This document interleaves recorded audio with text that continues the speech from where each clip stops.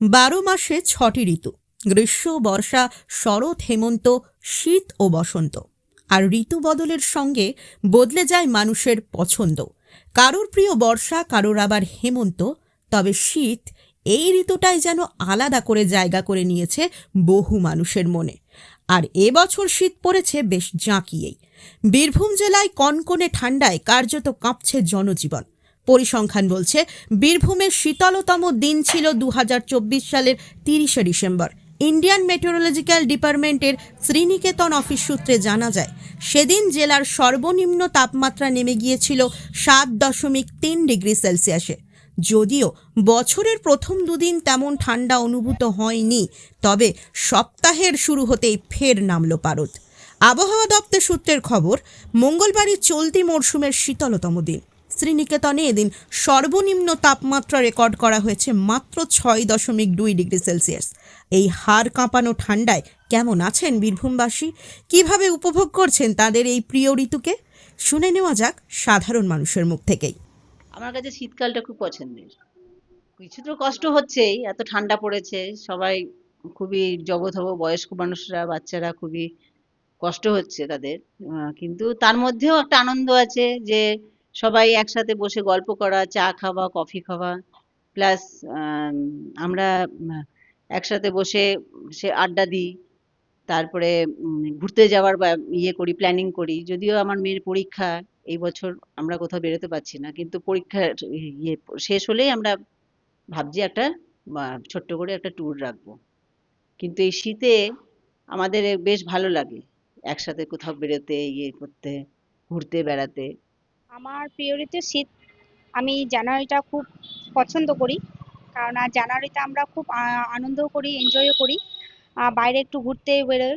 এবং এই বছরের শীতটা একটু বেশিই পড়েছে সামনের বারের থেকে। তবে এনজয় করছি, খুবই এনজয় করছি।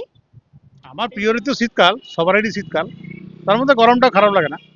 না, না, আমার কাছে কষ্টের কিছু না। কিন্তু আমি দেশ বিদেশে বহু জায়গায় থেকেছি, তো সেখানে 0 ডিগ্রি, 1 ডিগ্রি এসব জায়গায় থাকা অভ্যেস আছে। এই জন্য ওই 5-6 ডিগ্রিটা আমার খুব একটা গায়ে লাগছে না। ভালোই লাগছে, এনজয় করছি। শীতকাল দারুণ লাগে। না, আমার ক্ষেত্রে খুবই আনন্দের।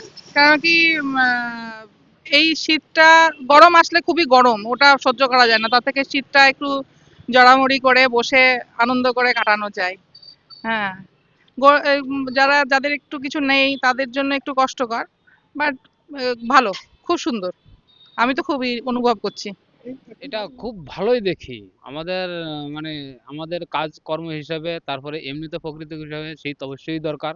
এজন্যই আমাদের শীত খুব ভালোই, আমরা ভালোই কাটাই শীতে। আবার ইনকামের সময়টাও শীতের সময়ই বেশি হয়। এটা প্রায় সবারই ক্ষেত্রে দেখা যায়। যত শীত পড়বে তত আপনাদের যত শীত পড়ে ততই আমাদের ভালো। শীতের মৌসুমটা খুবই ভালো। তবে শীত যতই প্রিয় হোক না কেন, এই জাঁকিয়ে পড়া ঠান্ডায় সমস্যায় পড়েছেন বয়স্করা। বার্ধক্যের ওপর কনকনে শীত, হাঁটু, কোমর, শরীরের ব্যথা যেন নতুন করে মাথাচাড়া দিয়ে উঠেছে। অনেকের কাছেই এই শীত হয়ে উঠেছে কষ্টের কারণ। ভালো মন্দ মিলিয়েই চলছে জীবন। প্রদীপ দাসের রিপোর্ট, নিউজ বার্তা। শীতকাল তো, শীতে আমার এমনি ভালো লাগে, সবজি সবজি এমনি খাওয়া দাওয়া ঠিকই আছে, কিন্তু ওই শীতটা সহ্য করতে পারছি না এখন, এত ঠান্ডা। হ্যাঁ, ভালো লাগছে না আমার ঠান্ডাটা, এত ঠান্ডা না, আমি সহ্য করতে পারছি না আর কি।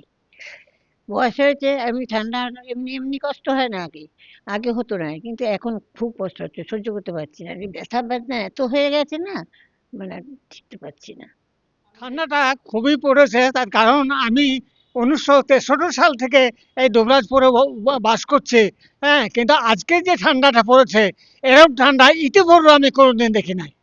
হ্যাঁ, উপভোগ করছি, কিন্তু মাঝে মাঝে একটু খুব কষ্ট হচ্ছে ঠান্ডাতে।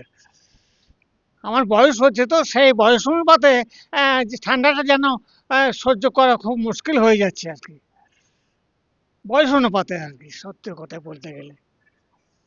আমার বয়স হচ্ছে 87 চলছে। হ্যাঁ, কাজেই বয়স অনুপাতে আমাকে ঠান্ডাটা সহ্য করা খুব মুশকিল হয়ে যাচ্ছে আর কি। কষ্টের, চালাতে পারছি না ঠিক মতন।